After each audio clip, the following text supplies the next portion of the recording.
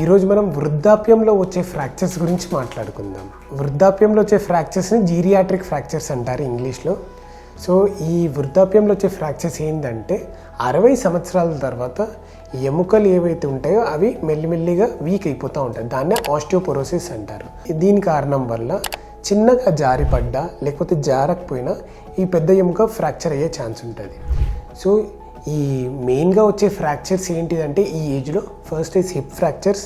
ఇవి చాలా ప్రమాదకరం. హిప్ దగ్గర ఉన్న reasons IT fracture and neck of femur fractures రెగ్యులర్గా జరుగుతాయి. ఎందుకు ఇవి ప్రమాదకరం అంటే దీనివల్ల పేషెంట్ నడవలేడు, అట్ ది సేమ్ టైం నిలబడలేడు. దీనికి ఖచ్చితంగా సర్జరీనే ఆప్షన్. సెకండ్ వచ్చే ఫ్రాక్చర్స్ వెన్నుపూసలో వచ్చే ఫ్రాక్చర్స్ అంటారు.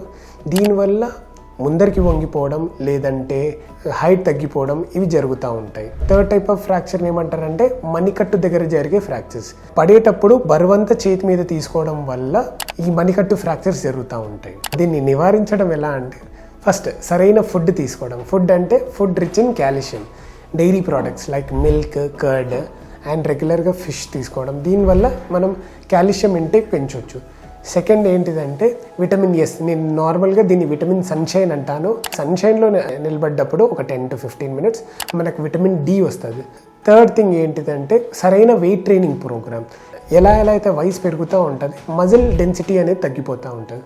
సో అలా అని ఎక్కువ బరువులు ఎత్తాల్సిన అవసరం లేదు. చిన్న చిన్న బరువులతోనే సింపుల్ వెయిట్ ట్రైనింగ్ ప్రోగ్రామ్ చేసుకోవాలి. ఫోర్త్ ఇంపార్టెంట్ థింగ్ ఏంటంటే ఇంట్లో ఎక్కడైనా వాటర్ ఉన్నా రెగ్యులర్గా మాప్ చేసుకోవడం, సరైన లైట్స్ పెట్టుకోవడం వల్ల కింద జారిపడే ఛాన్సెస్ చాలా తగ్గిపోతాయి. వృద్ధాప్యంలో ఫ్రాక్చర్స్ చిన్న విషయం కాదు, జీవితాన్ని ప్రభావితం చేసే ఫ్రాక్చర్స్ కాబట్టి సరైన సమయంలో సరైన ట్రీట్మెంట్ తీసుకున్నప్పుడు మళ్ళీ జీవితం గడిపే ఛాన్స్ ఉంటుంది.